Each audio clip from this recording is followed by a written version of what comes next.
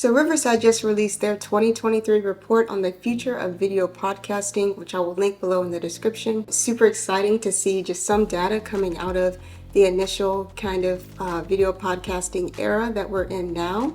And I can't wait to give my perspective on some of the context that is missing from the report and just my perspective as a current video podcaster, and kind of maybe let you know if you also have a current video podcast or thinking about starting a video podcast in 2023, what this report and its findings could mean for you.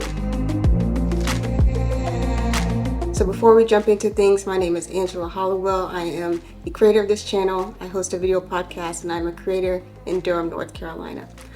If you find any value from this video, I'd really appreciate if you gave me a like and a subscribe to be notified when I post more videos like this in the future. So let's jump into it and address the elephant in the room.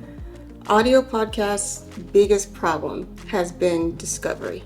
I think we saw a couple of apps and platforms try to address that, like Racket, but they soon fizzled out and then just kind of went into creating a podcast network. We've also seen some hosting platforms come and go in this time.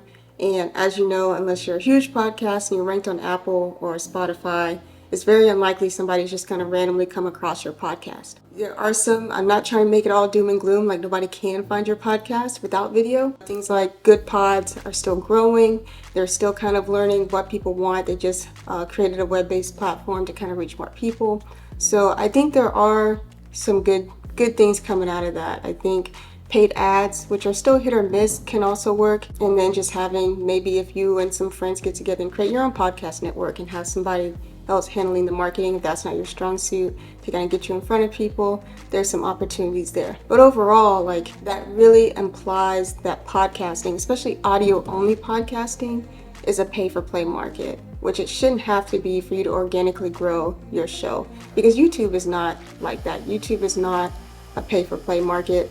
You can organically grow on YouTube. It does require a lot of time, like anything, but I think the opportunity is there. And I think that audio podcasts would benefit greatly if they had a mechanism for a pathway to success and organic discovery in the way that other platforms do. I don't think audio podcasting is going to die. Radio hasn't died. I think there are definitely still some opportunities there. But as this report kind of insinuates, is that if you want to get out there and you want to use video, there is a really great opportunity for you there. So while everybody's talking about the virality of TikTok and how YouTube is pushing shorts, and YouTube in general just pushes your content in front of people who would like similar content effectively, there are some downsides to video podcasting. Let me be the first to tell you. I think for one, at least for me, and this is coming from somebody who owns a video production and visual storytelling production company, producing an in-person podcast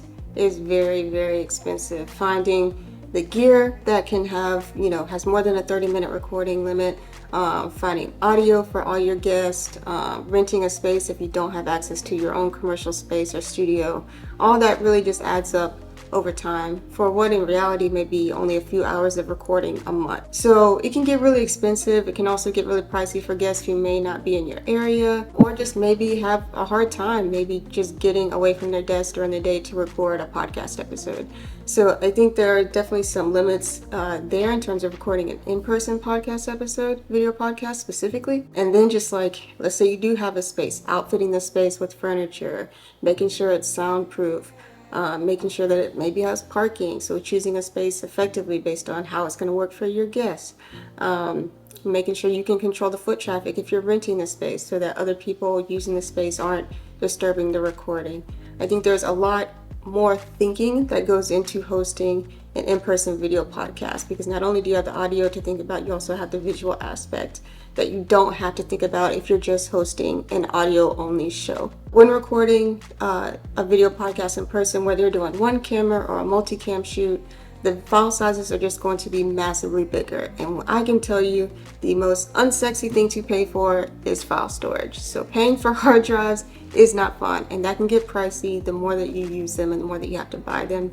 The types of media cards you have to buy to put in your cameras in order to record, a video podcast session that's even 30 minutes to an hour. That could be just massive file sizes throughout the day or throughout, multiple recording sessions. Last but not least, I definitely think the way to distribute a video podcast is so disjointed across platforms. Like for me, I just don't understand why I can't upload something to YouTube and then automatically upload that like as an MP3 file on a podcast host. Like that functionality does not exist. YouTube podcast, if you're seeing this, I know you're new, but if you want to create that functionality, that would be great for us to integrate with multiple podcast hosts. But right now, it's, you create a separate audio file that goes onto your streaming platform, then you create a YouTube video that goes onto YouTube.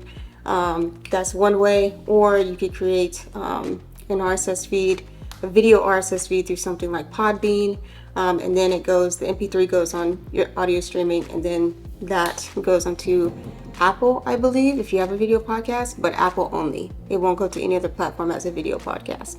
And then let's say you have Anchor, which is what a lot of people start with because it's free and it's accessible and it's by Spotify. If you want to upload video podcasts on there, the time it takes to upload is absolutely ridiculous. Number one, that was my biggest turnoff from that. And then from there, it only goes to Spotify as a video podcast, so nowhere else. So it's either you get a video podcast on Apple, a video podcast on Spotify, or a video podcast on YouTube, but very rarely do you get all three. Or even more, some people may use, let's say, Good Pods to, stream your podcast. They're only going to be able to listen to it, which may be fine for people using that app.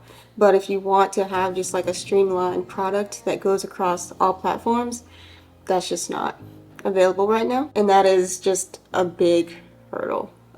So until that really gets, I think, streamlined, I think the time it takes to distribute your podcast really could be a deterrent for a lot of people who may be starting their podcast as a side hustle, or it may not be the main focus of a brand's marketing outreach. It may be just one facet, so they don't have time to, focus a whole lot on creating this big project that's unsustainable that they can't keep up for a large amount of time. Those are just some downsides. I think, again, like video has its discovery highs, but it also has its lows in terms of the amount of time that it takes to produce a show. So I think some of the main things that came out of there, one, were just the ability to grow your show and just to get in front of people, even if you're not doing full podcast episodes on any one platform.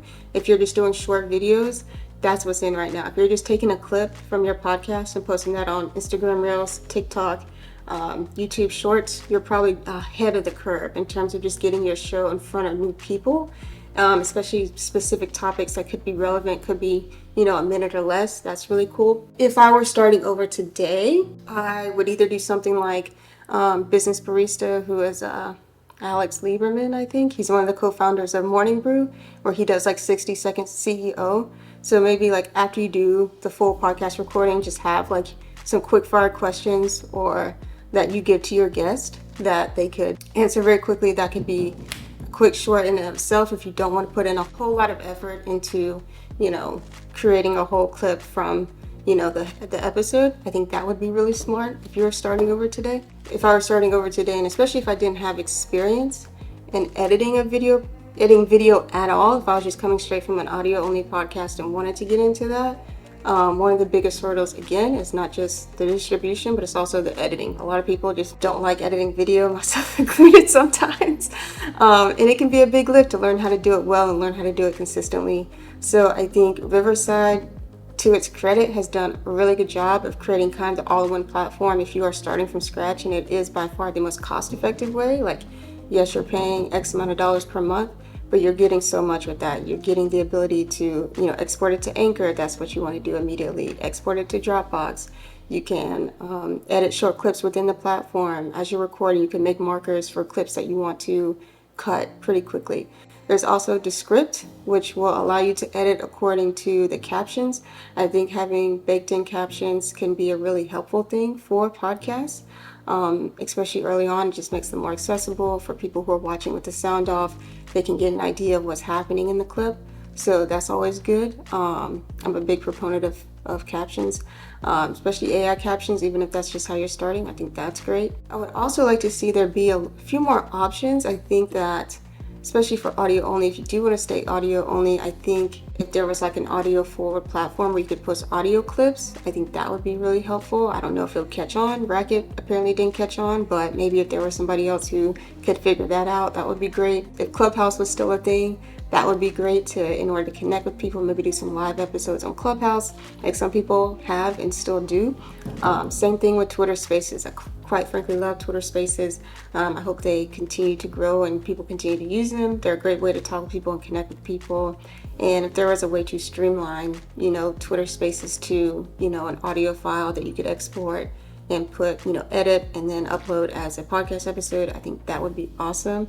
And just more functionality for Twitter Space hosts to maybe incorporate, some ad breaks or incorporate music breaks, just incorporate different things or like an intro or an outro just to make the show more engaging. I think that would be awesome for Twitter Spaces. But as of yet, to my knowledge, there aren't many resources for having a recording of your Twitter Space off of Twitter.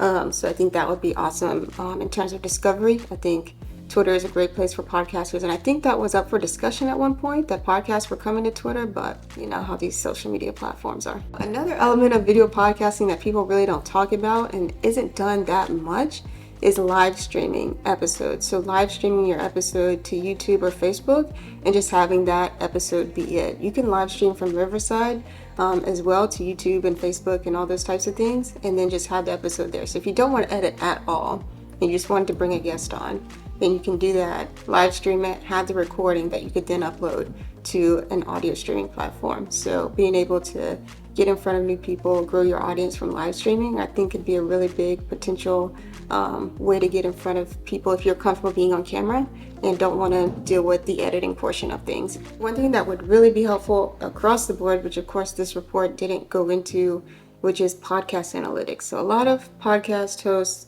they do their best. I think some of them are better than others, maybe if you're willing to pay for podcast hosts. But at the end of the day, there are some things that are missing from podcast hosts in terms of analytics. So things like Chartable or Potter, which is coming up. I'm sure there are more that I don't know about. Having some more in-depth analytics that could allow you to know more about your audience and, create content that would be fitting for a majority of your audience or interesting for a majority of your audience.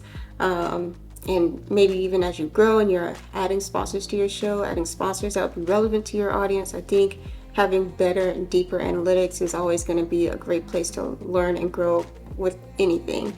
And the discrepancy between YouTube analytics and podcast analytics is like night and day. That gap needs to be closed expeditiously, like super fast, in order for people to really have an accurate view of like how well their episodes are doing to begin with. Those are just my thoughts. I hope those are helpful. I'll leave again the link to the podcast report from Riverside on video podcasting down below. If you got any value from this, if you have any questions, please feel free to leave me a comment. Please like this video if you got anything from it. Subscribe to the channel if you haven't already, and I will see you guys in the next episode, in the next video. So sorry, this is not a podcast episode.